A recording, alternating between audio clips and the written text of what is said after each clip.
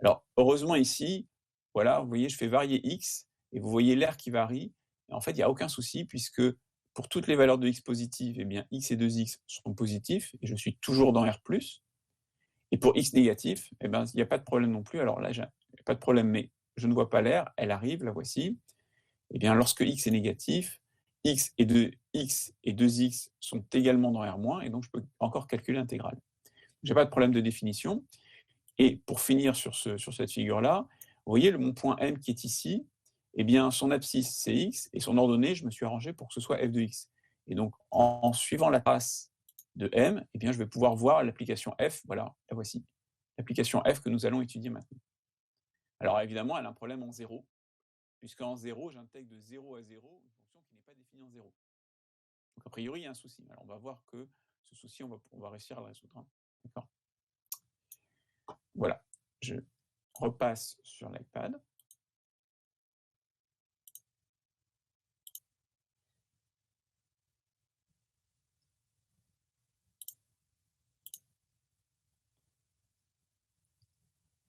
Et donc, je continue, j'utilise ce que je viens d'expliquer.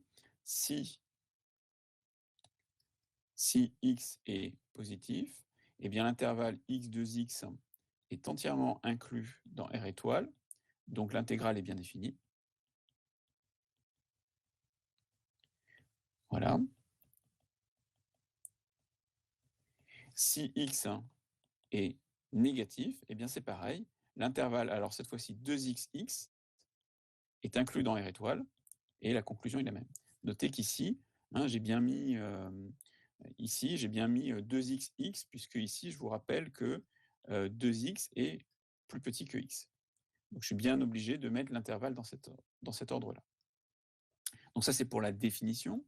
Ce n'était pas la seule question. On me demandait de vérifier que la fonction f était continue et dérivable. Alors, attention, là, il y a un piège dans lequel vous n'allez pas tomber. Il faut savoir que pour l'intégrale, il y a un certain nombre de fonctions dont on ne connaît pas de primitives à l'aide des fonctions usuelles. C'est-à-dire, il y a certaines intégrales qu'on ne sait pas calculer. La fonction exponentielle t sur t en est un exemple. Je peux vous en donner d'autres, la fonction sinus t sur t, par exemple. D'accord ? Une autre fonction que vous utiliserez beaucoup en deuxième année, la fonction exponentielle de moins x2, etc., etc., etc. Je ne veux pas vous faire la liste parce qu'il y en a beaucoup, mais là, ces fonctions-là n'ont pas de primitives. Alors, je vais mettre connues, c'est-à-dire qui s'expriment à l'aide des fonctions usuelles. Ça ne veut pas dire qu'elles n'ont pas de primitives, bien entendu, puisque toutes ces fonctions-là, ces trois fonctions-là que je viens de vous donner, sont des fonctions qui sont, qui sont continues sur leur domaine de définition, donc elles admettent une primitive. Mais simplement, on ne les calcule pas. Et donc, vous avez remarqué que ma fonction f ici, c'est le cas. Donc en fait, cette fonction f de x, je ne vais pas la calculer parce que je ne sais pas le faire. Ce n'est pas un problème, je peux quand même poser une fonction, je peux quand même poser la fonction grand F primitive de la fonction qui a t associe exponentielle t sur R+, et dire que f de x, c'est simplement le crochet de grand F pris entre x et 2x. Et ça s'écrit tout simplement f de 2x moins f de x. Excusez-moi, ce n'était pas R+, bien sûr, c'était R+ étoile. Je regarde s'il y a des questions rapidement. Pas de questions. Ça va ? Je continue.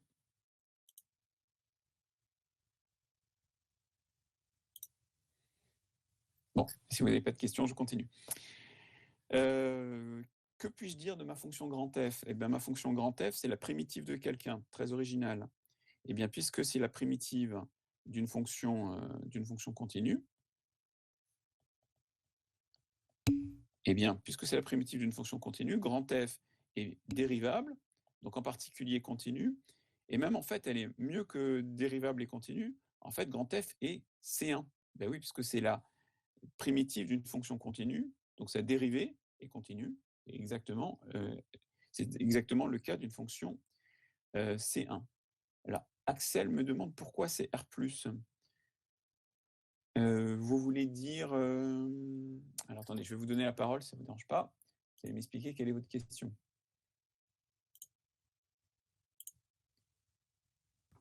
Axel, vous m'entendez ? Oui. Oui, vous m'entendez aussi? Oui, très bien. Oui. Vous avez dit soit f primitive de la fonction t associée de t sur t Oui. sur r plus étoile. Alors Oui. qu'on a vu au-dessus qu'elle a été définie sur... que la fonction était définie sur r étoile, donc je ne vois pas pourquoi on met r plus étoile. Alors, c'est parce que j'essaye de bien suivre les définitions du cours. Dans le cours, j'ai dit qu'une fonction qui est... donc, si je prends une fonction f qui est continue sur un intervalle, eh bien, cette fonction admet une primitive. D'accord.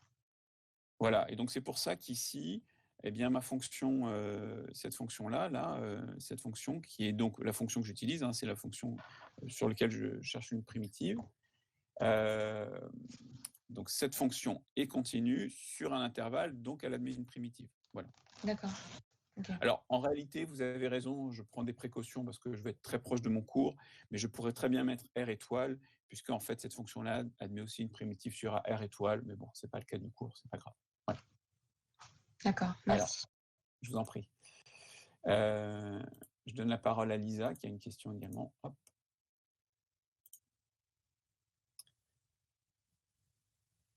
Lisa, vous avez une question ?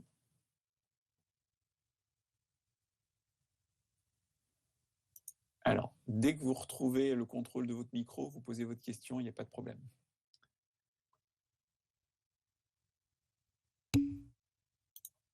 Voilà. Alors, je continue. Donc, j'étais en train de vous dire que petit f de x,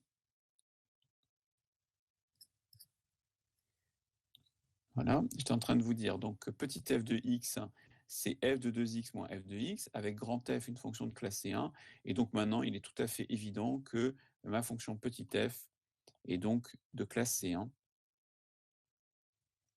sur R plus étoile. Puisque c'est simplement comment dirais-je, la composée, la somme, etc., de fonctions qui sont de classe C1 sur R plus étoile.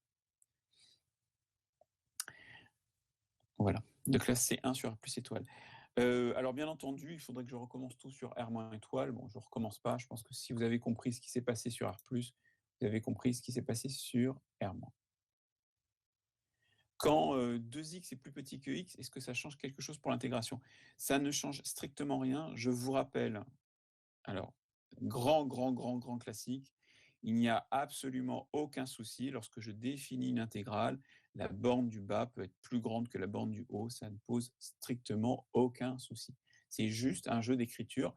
Ça posera des soucis dans un instant, dans une question qui arrive, pour dès qu'il y a des inégalités. Mais sinon, en général, ça ne pose aucun problème. Voilà, alors donc là, je vais mettre simplement de même sur R moins étoile, et je vais pouvoir passer à la question suivante. Non, pas tout à fait, puisque on me demande de calculer sa dérivée. Eh bien, je vais utiliser ma définition ici, mon écriture de f ici, pour calculer sa dérivée. C'est très facile. Quel que soit x appartenant à R plus étoile, eh bien, f' de x est égal à, alors attention, grand piège classique, je dois dériver ça par rapport à x. Eh bien, la dérivée par rapport à x, ça donne 2 fois f' de 2x, moins, et là, évidemment, pour ce morceau-là, j'ai aucun souci, je peux dériver directement, moins grand f' de x. Et la dérivée de grand F, on la connaît, puisque grand F est une primitive de exponentielle t sur t, donc sa dérivée, c'est la dérivée de, enfin f' de x, c'est exponentielle x sur x. Donc je vais pouvoir l'écrire. Et ça me donne 2 exponentielle 2x sur 2x moins exponentielle x sur x. Voilà, j'avance mon petit calcul, ça me fait exponentielle de 2x moins exponentielle x, le tout sur x.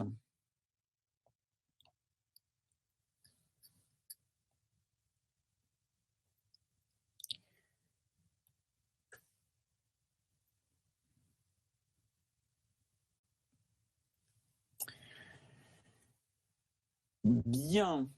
Alors, j'avance à la question 2. Alors, c'est surtout pour cette question 2 que je fais cet exercice-là. Elle n'est pas très difficile, mais elle demande un peu de soin pour être bien faite. Alors, je vais recopier l'énoncé histoire que moi je l'ai sous les yeux, parce que j'ai des commentaires à faire. Donc, on cherche un encadrement de la fonction f de x, et là, on vous propose de montrer qu'elle est encadrée entre log de 2 exponentielle x et log de 2 exponentielle de 2x. Alors, ma fonction f de x, c'est l'intégrale de x à 2x de exponentielle t sur t dt. Alors maintenant, nous allons utiliser une méthode vraiment extrêmement classique pour encadrer des intégrales. C'est que dans cette intégrale, nous avons ici ce qu'on appelle donc l'intégrande, c'est la fonction qu'on intègre. Je ne peux pas calculer cette intégrande, donc je ne vais pas pouvoir encadrer en calculant l'intégrande, pardon, je ne peux pas calculer une primitive de l'intégrande, je ne vais pas faire cet encadrement en calculant la primitive, ça ne va pas marcher, je ne peux pas. Ce que je vais faire, c'est que je vais encadrer l'un des deux morceaux de l'intégrande, alors il faut deviner lequel, soit exponentielle t, soit t. Je vais l'encadrer entre deux termes constants. Alors, je donne un exemple. Par exemple, je pourrais dire, c'est pas vrai, hein, mais je pourrais dire que exponentielle t est plus grand que 1 et plus petit que 10. Bon, là, j'ai aucune raison de le penser. Et puis ensuite, je divise par t. Je divise par t des deux côtés. Alors, ce qui se passe, c'est que dans cela, si j'intègre, eh bien, je vais retrouver f. Là, je vais retrouver f. Et puis là, à gauche et à droite, eh bien, je vais retrouver deux intégrales que je sais calculer. Et j'espère que ces intégrales-là, en les calculant, eh bien, elles vont me donner des résultats intéressants. Vous suivez le principe, hein. C'est-à-dire, je prends un morceau, je vais revenir en arrière, hop, voilà. Donc le principe, c'est, je vais prendre un morceau de l'intégrande, par exemple ici exponentielle t, je l'encadre entre deux constantes, et puis ensuite je divise par t, et ça me fait ici deux fonctions à gauche et à droite, là, deux fonctions plus faciles à intégrer. Alors c'est ce principe-là que je vais appliquer maintenant à mon exercice, et pour cela, je ne vais pas partir de n'importe quoi, je vais partir du fait que si x appartient à R plus étoile, eh bien, je prends t entre x et 2x, donc j'ai t entre x et 2x, et là, laquelle de mes deux fonctions je vais appliquer? Je vais appliquer exponentielle. Pourquoi exponentielle? Parce que ça marche. Si j'applique 1 sur t, ça me donnerait une autre inégalité qui n'est pas celle de l'énoncé, c'est pas très grave. Donc j'y vais, ça me fait exponentielle x plus petit que exponentielle t plus petit que exponentielle de 2x, car la fonction exponentielle que je viens d'appliquer est croissante. Voilà. Maintenant, je vais diviser des deux côtés par t, exponentielle x sur t divisé par exponentielle t sur t divisé par exponentielle de 2x sur t. Là, je peux le faire car t est strictement positif. Alors, je fais une petite pause parce que vous hésitez encore beaucoup là-dessus, je trouve ça assez incroyable. Ici, j'utilise t positif pour ne pas changer le sens de l'inégalité. Sens de l'inégalité. Et j'utilise le fait que t est non nul pour diviser. Voilà. Et maintenant, je vais pouvoir intégrer entre x et 2x. Et alors c'est là que, justement, je vais utiliser le fait que x est plus petit que 2x. Ça, c'est pour la question de Valory il y a un instant. À ce moment-là, j'ai besoin de connaître l'ordre des bornes. Ah, bonne question sur l'équivalence, je vous en parle dans un instant. Je finis ma petite intégrale. Donc ici, x est plus petit que 2x, et donc je peux utiliser la croissance de l'intégrale.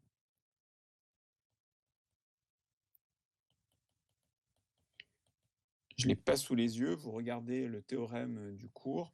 Dans le théorème du cours, on est bien obligé d'avoir, lorsque j'applique lorsque j'ai trois fonctions ici, donc deux fonctions, lorsque j'ai f plus petit que g, eh bien l'intégrale de f est plus petite que l'intégrale de g entre a et b, si et seulement si a est plus petit que b. C'est très important. Pas si et seulement si. Si a est plus petit que b. Je finis d'écrire mon inégalité. Intégrale de x à 2x de exponentielle de 2x sur t dt. Et là, j'ai intégrale de x à 2x de exponentielle x sur t dt. Alors, je réponds à la question de Morgane sur l'équivalence. Alors, il n'y a pas trop de soucis. Ici, il y a équivalence, puisque j'applique la fonction exponentielle pour descendre. Eh bien, pour remonter, je peux appliquer la fonction logarithme népérien. Là, il n'y a aucun souci. Pour descendre, je divise par t. Pour remonter, je multiplie par t, qui est positif, donc il n'y a pas de problème. Et en fait, c'est ici que je perds l'équivalence. Ce n'est pas parce que les intégrales sont dans cet ordre-là que je peux garantir que les fonctions sont dans cet ordre-là. Je peux très bien vous trouver, il n'y a aucun problème. Je fais un petit dessin comme ça, je l'effacerai. Hein, je peux prendre une fonction qui est ici, une autre fonction qui est là, par exemple. Vous voyez, ça, ce serait la fonction f, ça, c'est la fonction g. J'ai probablement l'intégrale de f qui est plus petit que l'intégrale de g, mais je n'ai pas f qui est plus petit que g, puisque sur ce morceau-là, par exemple, vous avez f plus grand que g. Donc ça n'entraîne pas que f est plus petit que g. Bon, je le laisse dans un coin, c'est pas très propre, mais je l'effacerai si j'ai besoin de place. Et voilà, je continue mon calcul. Alors, au milieu, pas de souci, j'ai f de x. À droite, alors à droite, faites bien attention. Ma variable d'intégration, c'est t. Donc à droite, x est une constante. À l'x, vous êtes en avance. Vous verrez tout à l'heure comment on fait si x est plus grand que 2x. Donc x est une constante et je vais pouvoir sortir de cette intégrale-là exponentielle de 2x. Intégrale de x à 2x, et là c'est tout simplement la fonction 1 sur t dt. Je connais une primitive, ce sera le logarithme népérien. De ce côté-là, c'est pareil, exponentielle x, intégrale de x à 2x, 1 sur t dt. Et donc maintenant, je peux terminer mon calcul. La primitive de 1 sur t, c'est log de t. Au milieu, j'ai f de x. Et à droite, exponentielle de 2x, toujours log de t, toujours entre x et 2x. Voilà. Et donc ça me fait f de x plus petit que exponentielle de 2x. Ici, log de 2x moins log de x. Là, évidemment, pareil, mais en changeant le log, l'exponentielle de 2x en exponentielle de x. Voilà. Et enfin, log de 2x moins log de x, eh bien, ça fait log de 2x. Log de 2x moins log de x, ça fait log de 2x. Log, il va falloir que je l'écrive décidément. Ça fait log de 2x sur x. Et puis les x se simplifient. Et donc tout calcul fait, ça me fait simplement log de 2. Donc voilà, j'ai exponentielle x, log de 2, plus petit que f de x, plus petit que exponentielle de 2x, log de 2.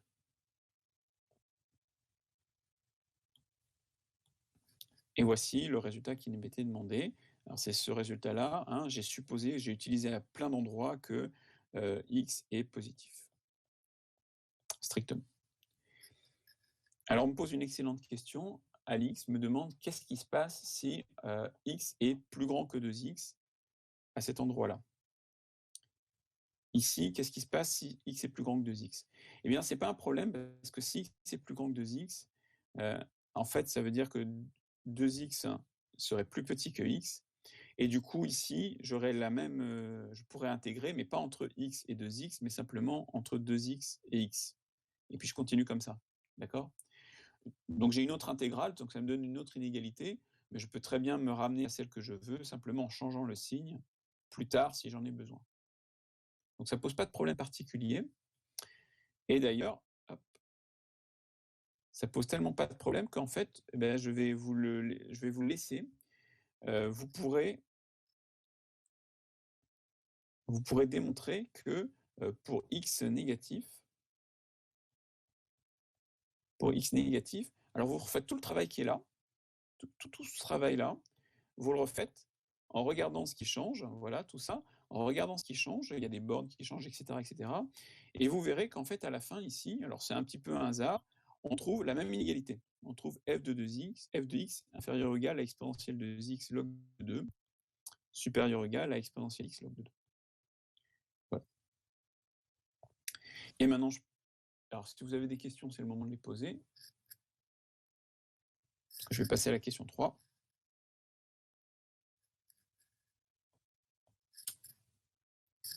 Alors, je passe à la question 3. Eh bien, maintenant, cette question est tout à fait facile à faire. Calculer la limite de f de x lorsque x tend vers 0 et que x est positif. Eh bien, vous avez reconnu le théorème d'encadrement. Nous avons exponentielle x log de 2 qui tend vers log de 2 lorsque x tend vers 0, en étant positif. Nous avons exponentielle 2x log de 2 qui tend aussi vers log de 2 lorsque x tend vers 0, x étant positif. Et donc, par le théorème d'encadrement, nous pouvons déduire que f de x tend vers log de 2. Donc, f de x tend vers log de 2 lorsque x tend vers 0, x étant positif strictement. Je continue à lire l'énoncé de la question. Même question lorsque x tend vers 0 et x est strictement négatif. Alors c'est là qu'il faut refaire tout le travail et démontrer le résultat que je vous ai mis ici. Vous pourrez le faire, c'est un très bon entraînement, c'est pas très difficile à faire. Voilà. Et de même, pour x tend vers 0, x strictement plus petit que 0, et on trouve la même limite, on trouve f de x tend vers log de 2 lorsque x tend vers 0, en étant toujours strictement négatif. Si vous n'avez pas de questions, je continue. Maintenant, l'exercice se déroule assez facilement. Et ensuite, question 4. Peut-on prolonger f par continuité en 0? Si oui, étudie la dérivabilité du prolongement de f en 0. Alors, peut-on prolonger f par continuité en 0? Oui, pas de problème. Vous pouvez voir que f admet comme limite à droite en 0 log de 2, comme limite à gauche en 0 log de 2. Les limites à gauche et à droite sont égales. Limite en 0 plus de f égale limite en 0 moins de f, donc égale log de 2, égale log de 2. Donc f admet une limite finie en 0. Elle est donc prolongeable par continuité en 0. On peut la prolonger par continuité. On peut donc la prolonger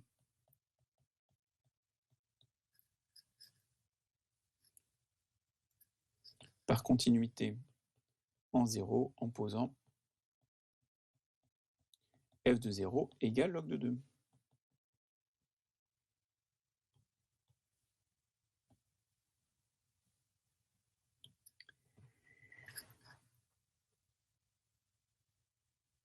Alors la question, la fin de la question, ça a l'air de rien, mais c'est pas très facile. On vous demande la dérivabilité du prolongement de f en 0. Alors, pour faire la dérivabilité du prolongement, nous n'avons pas trop le choix. En 0, on a la dérivée sur R plus étoile, on a la dérivée sur R moins étoile, mais en 0, on ne peut pas calculer la dérivée. Alors à ce moment-là, on est un peu limité, on va être obligé d'utiliser le taux d'accroissement, comme ça, f de x sur x moins 0, et puis on va devoir se demander quelle est la limite quand x tend vers 0 de ce taux d'accroissement.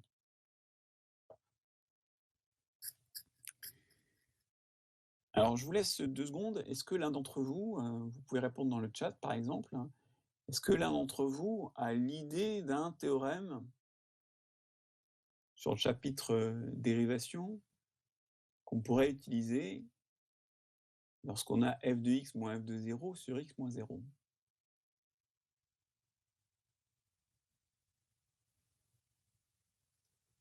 Un théorème qu'on n'utilise pas très souvent.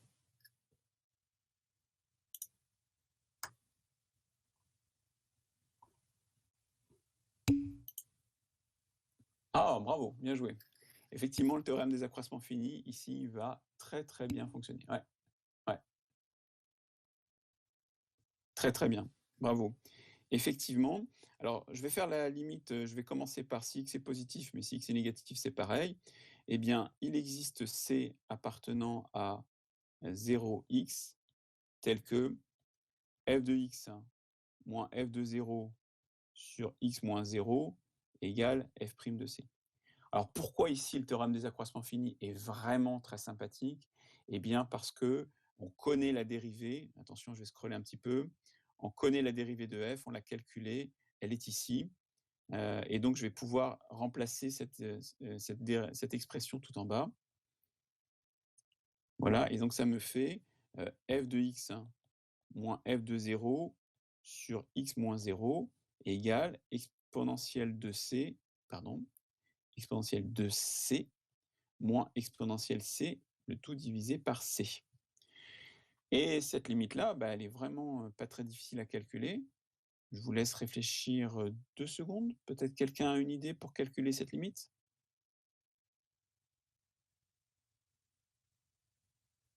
Alors?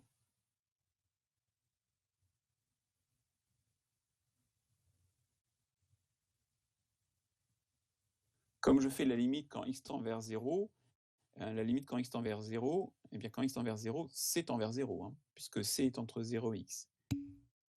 Donc en fait, je fais la limite lorsque je cherche la limite lorsque c tend vers 0 de exponentielle de 2c moins exponentielle c sur c. Développement limité, oui, développement limité, très bien. C'est quoi le développement limité de exponentielle de c?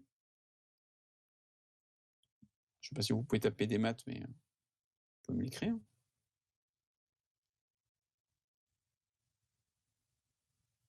Une idée, quelqu'un? Bon, je vais l'écrire. Ça fait 1 plus 2c plus un petit o de c moins 1, alors je mets des parenthèses, 1 plus c plus petit o de c, le tout divisé par c, voilà. Et j'ai plus qu'à faire mon petit calcul. Donc les 1 vont se simplifier. Je vais avoir ici 2c moins c, ça va me donner c, plus petit o de c, le tout divisé par c, bon sans problème, ça fait 1 plus petit o de 1, et hop, ça tend vers 1 lorsque c tend vers 0. Donc f de x, pardon, lorsque x tend vers 0. f de x moins f de 0 sur x moins 0 tend vers 1 lorsque x tend vers 0, x étant positif. Alors évidemment, c'est même limite, hein, par le calcul, même limite, si x tend vers 0, x négatif, par le calcul. Hein. Mais vous pouvez regarder joliment, vous regardez ce calcul-là, mentalement, vous voyez que le fait que x est négatif va rien changer. J'étais obligé de supposer que x était positif, simplement, c'est vraiment très bête, mais simplement pour écrire cet intervalle-là. D'accord? Tiens, d'ailleurs, je me rends compte que j'ai fait une petite erreur. J'ai mal écrit mon intervalle. Hop. C'est l'intervalle ouvert. Vous pouvez vérifier dans le théorème des accroissements finis, l'intervalle est ouvert.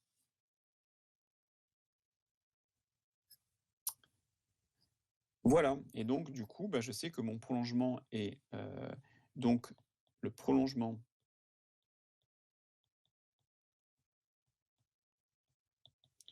de f à r est dérivable en 0 et f' de 0 est égal à 1. Voilà, et j'arrive à ma dernière question. Alors, étudier les branches infinies de f, excusez-moi, je vous mets un petit peu plus, voilà. Étudier les branches infinies de f, tracer schématiquement son graphe. Alors, les branches infinies de f, eh bien, je vous rappelle que quel que soit x appartenant à r plus étoile, nous avions f de x supérieur ou égal à log de 2 exponentielle x, et quel que soit x appartenant à r moins étoile, nous avons f de x plus petit que log de 2 exponentielle de 2x. Et puis là, je vais mettre, excusez-moi, je manque de place, je le mets ici, log de 2 exponentielle x. Alors du coup, pour les branches infinies, je ne vais pas me fatiguer trop. Regardez, ici, la fonction f est plus grande qu'une fonction exponentielle, donc elle tend vers l'infini plus vite qu'une exponentielle. Donc ça va nous faire une branche parabolique. On pourrait appeler ça une branche méga parabolique. Branche parabolique d'axe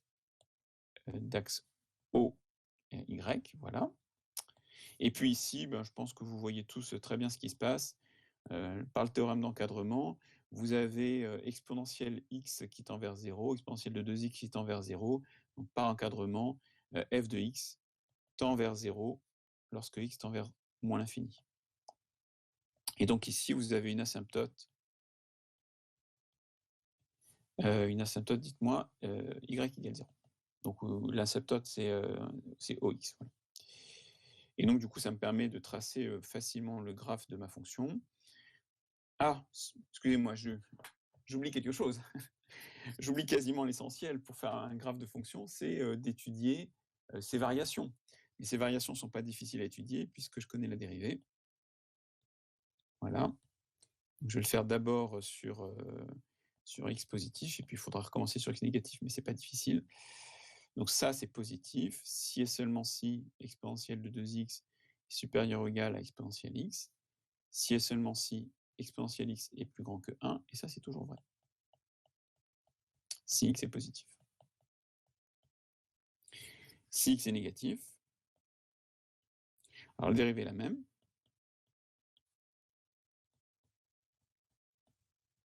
Voilà.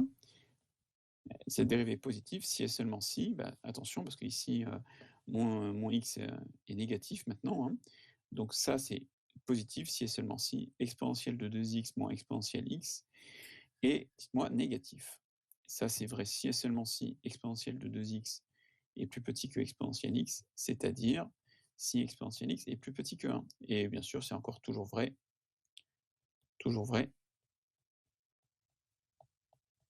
si x est négatif. Voilà, donc j'ai mon tableau de variation. Ma fonction, vous constatez que sa dérivée est toujours positive. Donc ma fonction, elle est bien croissante. J'ai vu que sa limite en moins l'infini, c'était 0. Je vais mettre 0. J'ai vu que sa limite en plus l'infini, c'était plus l'infini. Hein, branche parabolique, c'est ici. Donc elle va jusqu'à plus l'infini. Moins l'infini, plus l'infini. En 0, nous avons vu qu'elle valait log de 2. Et voilà, j'ai un petit tableau de variation. Et donc j'ai mon graphe. Alors, c'est une fonction qui a un comportement quasiment exponentiel. Donc, quand je le trace, ce n'est pas très spectaculaire. Ça va me donner simplement un main levée. Hein. Et ici, ça vaut log de 2.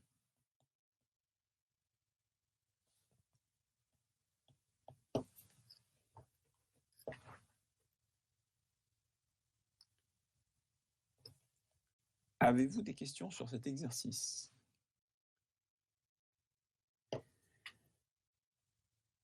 Pendant que vous recopiez la fin, je repasse en revue les points importants. Alors, vraiment, le truc important de cet exercice, c'est voilà, toute cette question 2. Vous la révisez. C'est pas... chaque élément n'est pas très difficile à comprendre, mais c'est l'enchaînement qui est assez délicat. Il faut savoir le refaire. Donc, vous avez... Alors, je vais gommer pour pouvoir mettre mes annotations dans la marge. OK. Vous avez le premier élément, c'est de comprendre ici cette technique. Hein. Donc, j'encadre t entre deux bornes constantes. X est une constante dans ce calcul-là, puisque je vais intégrer par rapport à t. Donc, j'encadre t entre deux bornes constantes. Et puis ensuite, je vais diviser par une expression qui dépend de t. Et puis, j'intègre ensuite par rapport à t. Ce qui fait qu'au milieu, j'ai ma fonction f. Et de part et d'autre, eh bien, j'ai des intégrales qui sont calculables. Et là-dedans, je fais bien attention à tous les signes. Il faut que x soit plus petit que 2x ici. Il faut ça c'est pour la croissance de l'intégrale. Hein. Il faut que x soit plus petit que 2x ici. Là, j'ai divisé par t, donc il faut que je connaisse le signe de t. Et puis là, il faut que dans mes bornes, je mette bien les bornes dans le bon sens pour que mon inégalité soit vraie. Donc c'est plutôt c'est tout ce morceau-là qu'il faudra penser à bien réviser. Voilà. Ensuite, eh bien, vous pourrez réviser les différentes questions parce que j'utilise des points du cours de chapitres antérieurs, donc c'est toujours intéressant de les re-regarder. Voilà, je vais basculer sur un autre exercice.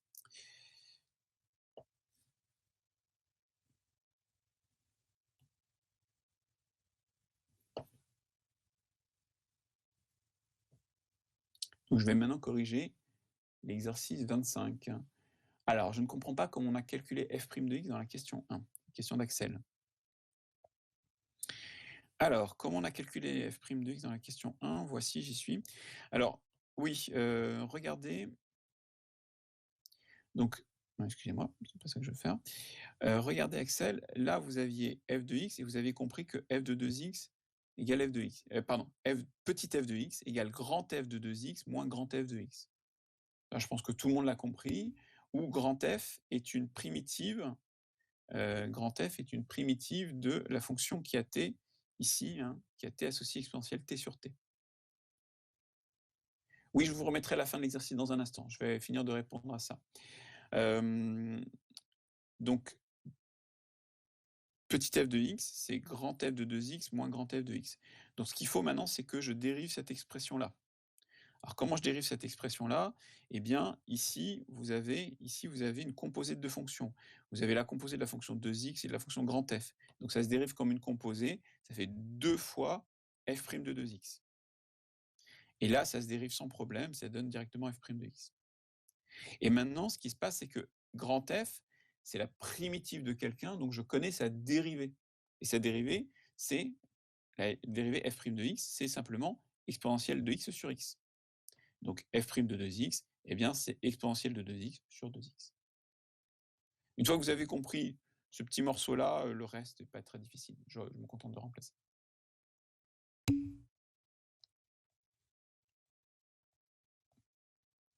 Voilà.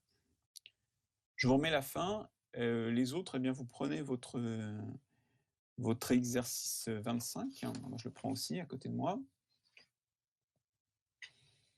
Alors, l'exercice 25, vous allez voir, c'est un petit peu différent. Cette fois-ci, j'étudie plus une fonction, j'étudie une suite. Mais vous allez voir que les techniques utilisées sont extrêmement similaires à celles que je viens d'utiliser. Et ça commence tout de suite par, attention, je scroll, je pourrais y revenir tout à l'heure si vous voulez.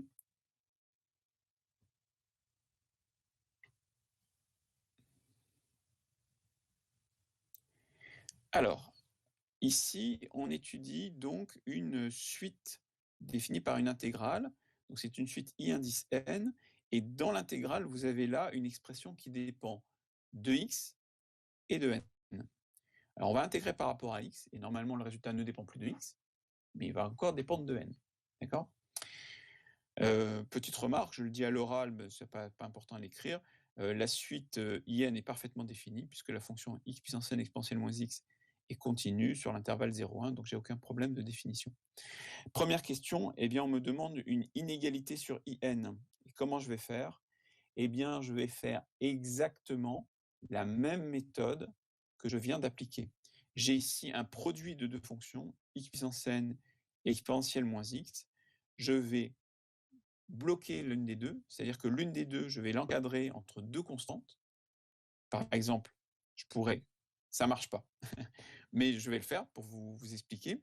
Je pourrais dire que x est compris entre 0 et 1, que x puissance n est donc compris entre 0 et 1, et puis ensuite je multiplie par exponentielle moins x des deux côtés. Voilà. Et maintenant j'intègre entre 0 et 1. J'intègre entre 0 et 1. Alors, manque de bol, ça ne marche pas, puisque ce qu'il y a ici, eh bien, ça se calcule, mais ça ne va pas donner le 1 sur n plus 1 que je demande. Donc, ce n'est pas la bonne méthode. Bon, eh ben, ce n'est pas grave, je vais m'en sortir quand même. Ce que je vais faire, c'est plutôt exponentielle moins x que je vais encadrer. Alors, on y va. Je vais corriger ici sur le côté, comme ça je garde l'énoncé. Donc, j'ai x qui est supposé pris entre 0 et 1. Je vais appliquer la fonction exponentielle moins x.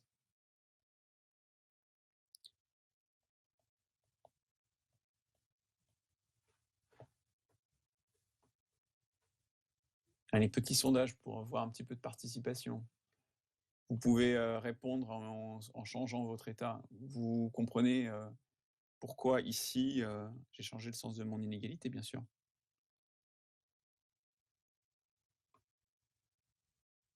Voilà, vous mettez un petit smiley, un petit OK. Tout va bien? Très bien. Ben, très bien. Eh ben, vous mettez sur votre cahier vous mettez la justification. S'il y en a un qui ne comprend pas, il demande dans le chat et les autres répondent. Ils diront. Et moi, je continue comme si de rien n'était. C'est pas bien, je dois mettre une justification. Et maintenant, je vais multiplier par x puissance n des deux côtés, enfin des trois côtés, x puissance n supérieur ou égal à x puissance n exponentielle moins x supérieur ou égal à x puissance n exponentielle moins 1.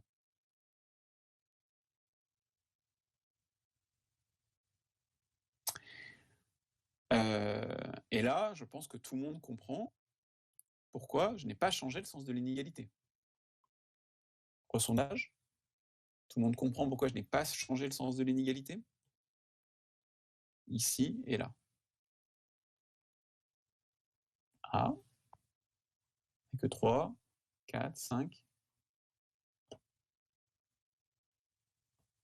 En plus, moi, je vois le nombre de gens qui participent. Là, il y en a 12. Ah, j'ai Alexis à la ramasse.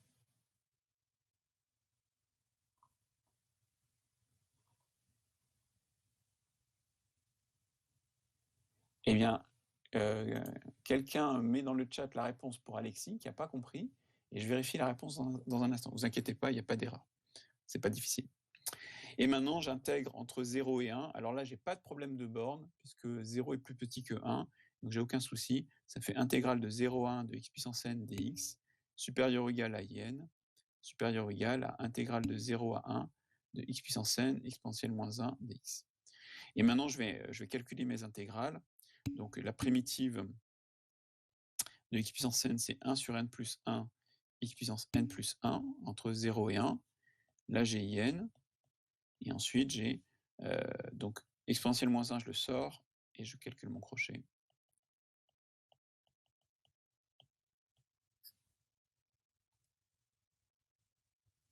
Tout à fait, Manon, c'est la bonne réponse.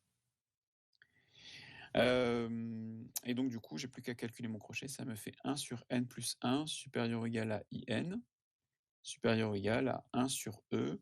Et là, c'est 1 sur n plus 1. Est-ce que j'ai démontré ce qu'on m'a demandé de démontrer?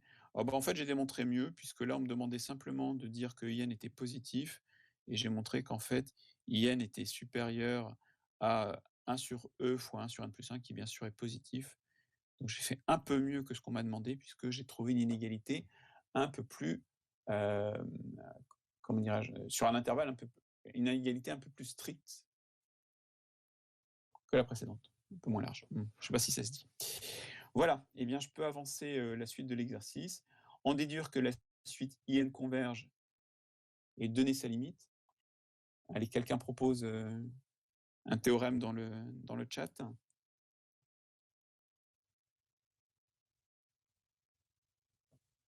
Comment je vais en déduire la limite de la suite IN?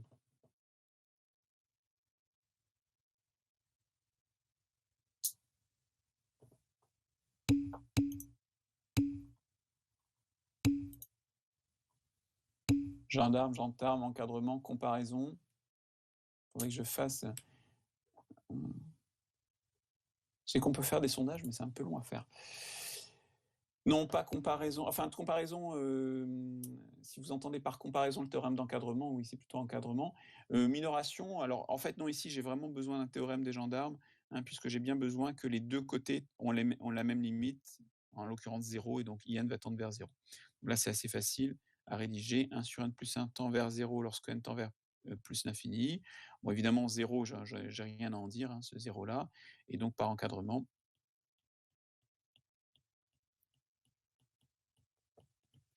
IN tend vers 0 lorsque n tend vers plus l'infini.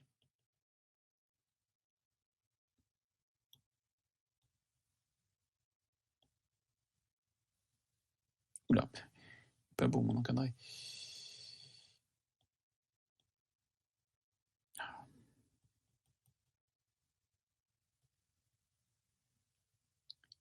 Voilà.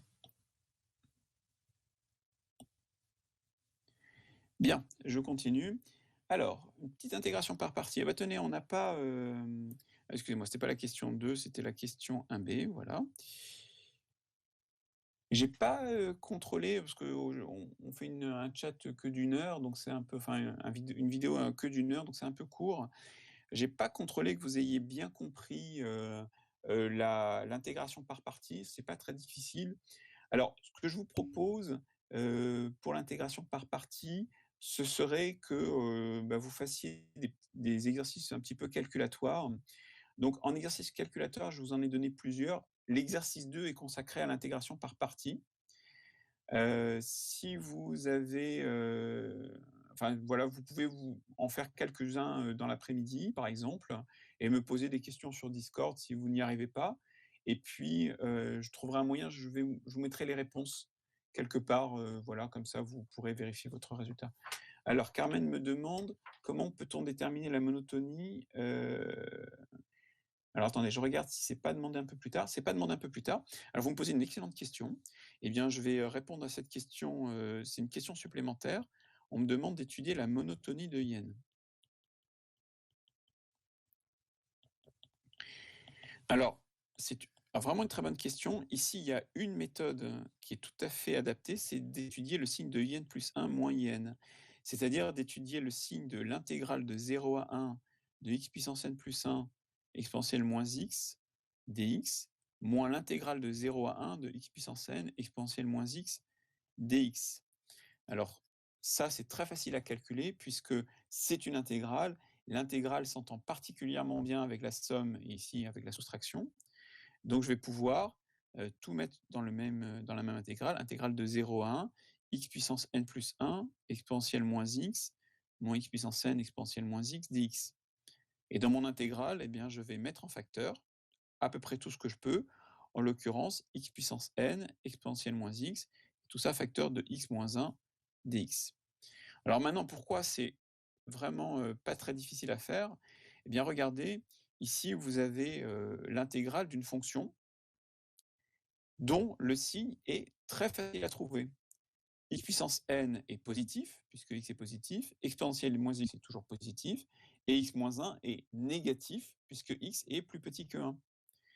Et donc voilà, si x appartient à 0, 1, x puissance n exponentielle moins x est positif, x moins 1 est négatif, donc la fonction x puissance n exponentielle moins x, x moins 1 est négatif, et comme j'intègre entre deux bornes dans le bon sens, avec 1 plus grand que 0 plus petit que 1, eh bien je peux en déduire facilement que cette intégrale-là est, je parle de cette intégrale-là, celle-ci est positive. Pardon, excusez-moi, je fais tout négative. Voilà, je fais tout, à la fin je me prends les pieds dans le tapis. Et donc j'en déduis, in plus 1 moins in est négative, et donc la suite in est décroissante. Voilà. Très bonne question.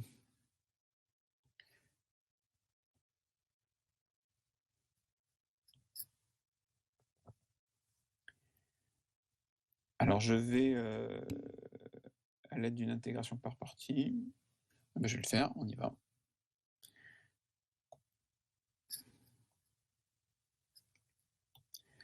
Alors, à l'aide d'une intégration par partie, blablabla.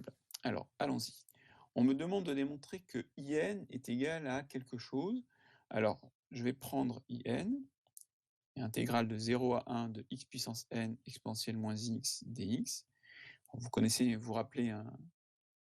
Ah, Carmen me demande si c'est faisable par récurrence. Alors, c'est toujours le même problème.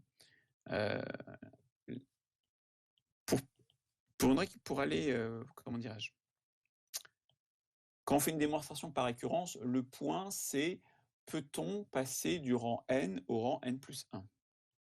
Peut-on passer du rang n au rang n plus 1? Peut-on passer de cette expression-là à celle-ci? Alors c'est dommage que les sondages ne soient pas faciles à faire, parce que là je vous proposerais bien un sondage. Vous pouvez répondre dans le chat comme ça. Vous avez une idée de quelque chose dans le cours sur l'intégrale qui me permettrait de transformer cette intégrale-là en celle-ci?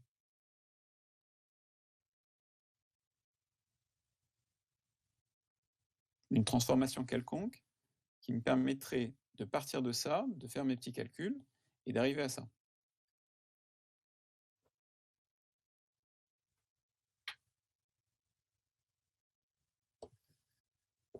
Vraiment personne?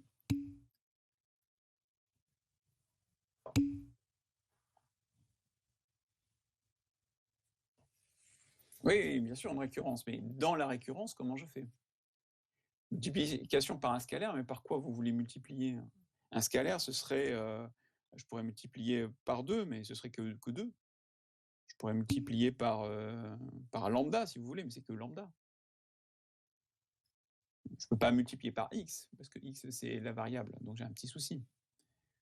La relation de Chasles, bah, écoutez, regardez, les bornes, elles n'ont pas changé. 0, 1, 0, 1. Donc la relation de Chasles, elle changerait les bornes, donc là, ça ne me semble pas indiqué. Ah, changement de variable.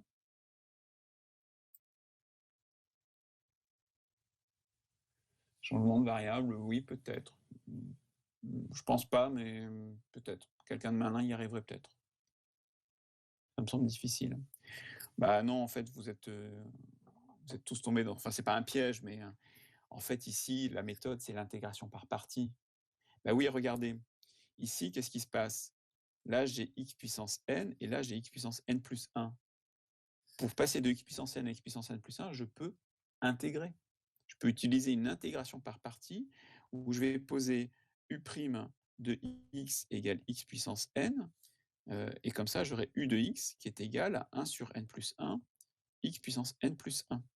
Dans mon intégration par partie, l'autre fonction, v de x, ce sera exponentielle moins x, que je peux dériver, v' de x égale moins exponentielle moins x.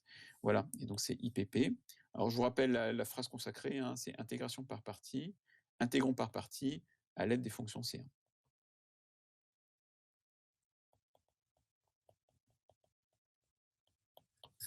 Voilà, alors allons-y pour une intégration par partie, je change de page. Voilà, ça me donnera IN égale crochet de U fois V. Donc ça me fait 1 sur n plus 1, x puissance n plus 1, excusez-moi, exponentielle moins x, je l'avais oublié, entre 0 et 1, moins intégrale de 0 à 1 de, et bien ensuite, je vais faire u fois v'. Voilà, on y va. Ça me fait 1 sur n plus 1, x puissance n plus 1, fois moins exponentielle de moins x, dx. Ce crochet ici, ben, il reste, tant pis, je vais devoir le calculer. Il n'est pas très difficile à calculer, ça me fait 1 sur e, 1 sur n plus 1. Ici, je vais sortir, là, et j'ai ces deux moins-là, je vais en sortir un, il va s'arranger avec l'autre, ça va me faire plus. Je sors également ici mon 1 sur n plus 1. Voilà, et ça me fait 1 sur n plus 1, intégrale de 0 à 1 de x puissance n plus 1, exponentielle moins x dx. Tadam! Et vous voyez, là, j'ai n plus 1. Donc je recopie mon égalité, ça me fait IN égale 1 sur E, 1 sur n plus 1, plus 1 sur n plus 1, IN plus 1. Alors, je ne sais pas si j'ai vraiment répondu à la question qu'on me posait, est-ce que ça peut se faire par récurrence, etc. Mais en fait, ce qui se passe, c'est que l'intégration par partie m'a donné une relation de récurrence entre IN et IN plus 1. Et je pourrais maintenant, si je veux faire des démonstrations par récurrence, eh bien, utiliser cette relation-là. D'accord? Et c'est pas un hasard, je viens de répondre en fait à la question 2.